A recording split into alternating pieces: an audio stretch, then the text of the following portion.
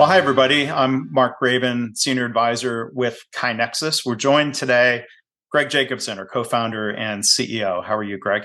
I'm doing great, Mark. I'm looking forward to the topic. It's an interesting little exploration of our stories of a pretty profound person in our lives, and I think a celebration more than anything. Yeah. So we're here to remember and celebrate and talk about Masaaki Imai, who passed away so very recently at age 92. Mr. Imai, very influential for the both of us. So we want to share some thoughts and kind of celebrate what we learned. I had an opportunity to meet him a couple of times, and we just kind of want to pay tribute to somebody who is a real legend in the realm of continuous improvement, or Kaizen, this Japanese word that he helped bring to so many others. So Greg, maybe we can kind of start off, and I'm going to kind of simulate through the screen for those who are watching, like the story that I wanted Greg to share about being handed a copy of Imai's seminal book, Kaizen. Tell us about that, Greg. We're back in 2004 or so. I was finishing my residency in emergency medicine back at Vanderbilt. My chairman said, "Hey, I learned about this practice of improvement called Kaizen, and I think we could teach this to I was going from being a resident to an attending. Then we could teach this to our residents, and it would satisfy one of the resident accrediting body's curriculum pillars of system-based practice, but more importantly, it would teach our residents a framework for improving the emergency departments that they're going to be practicing in and running in the future." And I thought to myself, all right, well, that's interesting. And I said, well, why me? Why are you handing this to me? And he said, well, you think like this. You're always asking, well, what if, and why do we do it this way? And wouldn't it be better? And I probably got to page 7, and aside from being just kind of floored that none of this information was taught during medical school or residency, but I realized that I did think like this. I just didn't know there was a body of literature that could really refine that and put that into a practice. And so that started a journey for me, I guess just shy of 20 years ago. Yeah, and the book, I believe it was 1986 when it was published. You got it, yeah. So probably the book had been out 15 plus years at that point, maybe. Yeah, it has that kind of classic gray book cover with red print. Yeah, and you were just showing Kaizen, something like the competitive reason for Japanese success is the white contrast. The key to Japan's competitive success. But it could be the key to an emergency department's success, right? And what's interesting is, and you know the literature better than I do, but you've described it as it's a seminal work in which many of the readers of the book, it was written for a Western audience, and many of the readers of the book, it was the first time they were being introduced to these concepts. Mm-hmm. I mean, despite the fact that their seeds are, back in the U.S. from the 50s and even in the 30s. Mm-hmm. But perhaps you could talk a little bit more about kind of where it fits in the arc of that literature. Yeah. So Masaaki Imai, as a Japanese man, was not a Toyota employee directly, but my understanding of his career is that he was working in the U.S. as a translator. He was working in business circles. And then at some point, he met Taiichi Ohno, who was directly Toyota, considered one of the fathers of the Toyota production system. So there's a lot of quotes that get thrown around over time that people say are Ohno quotes, and it's unclear. Is it an Imai quote, or how much of it was Imai passing along, from Ohno? And I'm not trying to paint him as just like, let's say, a scribe for Ohno. I mean, Mr. Imai was I think a deep thinker about Kaizen, and as he worked with organizations over many decades, I mean he was in his own light an expert. But that book came out in '86. That was before the word lean had been, lean production had been coined. This was before the book, The Machine That Changed the World. There were other books being written in the 80s about quote unquote Japanese manufacturing practices and such. But, Kaizen, the book, and through Mr. Imai, is credited with really spreading ideas. I mean, one of the endorsements on the back of the book was John Young, the president and CEO of Hewlett Packard Company. The CEO of the American Management Association. It was published by McGraw-Hill. So this was for a mass market, business book kind of audience. And, I think just, very influential, and I think it's interesting, like a lot of people who learn about Toyota learn about tools and events, and I'm like, well, you should also be, whether you're getting it from Imai, which is a great place to get it from, or from Norman Bodek, who unfortunately passed away a couple years ago, or from Toyota books, like what Mr. Imai defined Kaizen as, very simply. He said, everybody, everywhere, every day improvement. Right. And I think there's still opportunity for people, whether they read Imai's books, later books that came out, or I think like sometimes people miss that. And I know that it's a passion of yours. It's a passion of ours at KaiNexus. When we say spread continuous improvement, we mean continuous, like not sporadic or episodic or event-based. Mr. Imai, he would emphasize different types of Kaizen, right? Engaging frontline staff and small improvements, but then also, larger, more strategic, if you will, top-down, Kaizen. So it's this kind of low cost, low risk, continuous empowering people. I think what's really interesting is that as someone that was finishing my studies, my appetite to read was pretty low. And so I read that book and I was done reading about it. Like, I didn't think I needed to read anything more. And I just immediately started teaching these concepts to residents and started implementing these improvements. And it ultimately, my realization that we had no way to manage this and there was a better way to do this than paper, ultimately led to founding KaiNexus. But I then wrote a paper about it and was looking in the medical literature, but I was really looking for the word Kaizen. And I probably came across the word lean in that, but it didn't, like lean manufacturing was probably mentioned. But really think about this. So you're talking about 0506 in healthcare literature. I found reference to Kaizen blitzes in the early 80s that if you look at the vernacular now, I think we would call them rapid improvement events or Kaizen events. Right.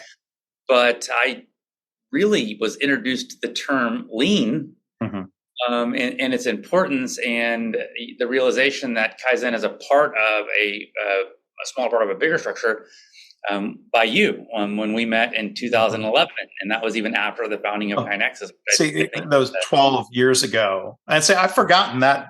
Yeah. Like to me, I assume people know Kaizen and Lean all intertwined. But I think it's just a good kind of reminder that sometimes we don't need to read another book, right? Sometimes it's time just to roll up the sleeves and get stuff done, especially if you are kind of a frontline person. If this is not, if doing improvement work is not what you do every day, then I think you can go a long way with a little knowledge. If doing improvement work is what you do 90+% of your day, you probably need a little bit more knowledge. And I think that's just evidenced by the fact I kind of read one book and then I was off to the races. Obviously, I've read a bit more since then. But I want to credit that. I want to credit that he wrote this book. It's interesting because you don't think about books as being technology, but I just was I was talking with the director of the Leap Institute at San Mateo and Viral, and he made a comment to me. He said, "Technology is the multiplier of intent," and I think this is such a great example of that, because if you ask someone in 1300, is book technology, they would have looked at you like, I have no idea what you're talking about. What is this book? What do you mean? So the printed press has really allowed, dissemination. I mean, that is technology at its core. And that's exactly that's what Mr. Imai did. He influenced people's lives way beyond the people that he met. Yeah. And I think, it's fair to say there would be no KaiNexus if you hadn't been given 100% Mr. Imai's book. And that is not a stretch. That's like 100%. Yeah. And, I wanted to talk a little bit. I had the opportunity, thankfully, to meet Mr. Imai on like three different occasions. Once in Seattle, and then twice in Japan when I was going and doing study trips run by the organization he founded, Kaizen Institute. And, he was funny. Like, I've got some notes from the time I saw him speak in Seattle. When we read a little bit, he said, Mr. Imai said, too many top leaders think Kaizen is a bunch of tools for the shop floor. Instead, you need to start with the top three most important things. 1, top management involvement. 2, top management involvement. And 3, top management involvement. Then here's the punchline that really got a laugh. He said, too many companies skip all 3. But he really emphasized Kaizen being strategic, something that would benefit customers, something involved in. He was thinking about manufacturing, but this could apply to KaiNexus, the design phase, the making phase, and the selling phase. And I think KaiNexus has tried. Really has developed and cultivated a culture of continuous improvement. I mean, what are your thoughts there on like how we design the product and in our services, how we make it, how we sell it? No, there's no question. I'm at the risk of this becoming about KaiNexus. I think that we're, constantly listening and incorporating and experimenting and testing and doing that process. Even the release process, just at the most basic, is this iterative process. And I think it's why it's called a journey. Right. It's a journey because you don't quite know the paths you're going to go on. And I think it's remarkable that someone who, I never met, you met him several times, just had this influence on the world. And so I think, quite frankly, if I pass at 92 and 2 people are talking about me and just the influence, I think I'll have lived a meaningful and satisfying life. I'll tell you this: I was in an ER. I was doing locums work in 2005 in an ER in Hawaii, which obviously we're seeing a lot of people across the Pacific Ocean that are there, large Asian population, and this Japanese gentleman was visiting Hawaii and had just a devastating stroke in the ER. Not in the ER, obviously before the ER was coming. I was treating him, and there was a translator, and he was speaking in Japanese, and of course I don't understand Japanese, so there's all these sounds that I don't understand. And then every now and then the word Kaizen came out because we were talking about the clot busting drugs. Would he benefit or would he get improvement from them? And so it would be gibberish, and then I would hear Kaizen, and then it'd be more gibberish. And so it was just an interesting kind of cultural vignette about the word Kaizen, and it seemingly kind of embedded as a regular word in Japan and part of the culture. Yeah, and it's a word people know. Final thought I'll add is, I think part of Mr. Imai's passion for sharing these ideas is that it wasn't practiced equally at every Japanese company. Like there's something different about what Toyota created and what some other organizations that I've been able to visit in Japan, thanks to Mr. Imai and Kaizen Institute. They've created something where they might know the word, and there are words like the word Gemba gets used in sort of everyday language, but some of the context and some of the practice, like them, it doesn't come easy. Like it's not necessarily a default, but it's certainly something a lot of organizations do practice in Japan. And again, back to the subtitle of the book, the key to Japan's competitive success. It's really the key to anybody's competitive success. The beauty of it is we don't have to be Japanese to practice these things. And I think I just I can't recommend the book more because it was accessible. It spoke to me. It obviously changed my life. It's changed all the people's lives that I've had the honor of influencing. And so pick it up. Geez, I should have looked it up, but I'm sure you can get it on a used copy on Amazon or on eBay for pennies. And I don't know if there's an audio version, or his second book is also, I think it's often credited, or at least cited more than his first. Was it Gemba Kaizen? Gemba Kaizen was the second book. And then actually he wrote a third that I haven't read, and I should, called Strategic Kaizen, that was published when he was like turning 90. Like he was still thinking and traveling the world and working with people. But yeah, I'd recommend it now. I've got a copy that's well marked up and highlighted. Let me kind of add, I want to read one last thing before we wrap up and see if you have a final thought, Greg. Just says here, the Kaizen philosophy assumes that our way of life, be it our working life, our social life, or our home life, deserves to be constantly improved. I think that's a perfect way to end our remarks about a remarkable person, and at least from our vantage point, a remarkable life. So thank you so much for serving us and teaching the concepts that obviously he didn't completely create, but he certainly helped translate and add to throughout his life. So yeah. Thank you, Mr. Imai, and thank you, Greg, for getting together and kind of just having a good chat about Mr. Imai and Kaizen. Appreciate it. Talk to you soon, Mark. Thank you. Thanks, Greg.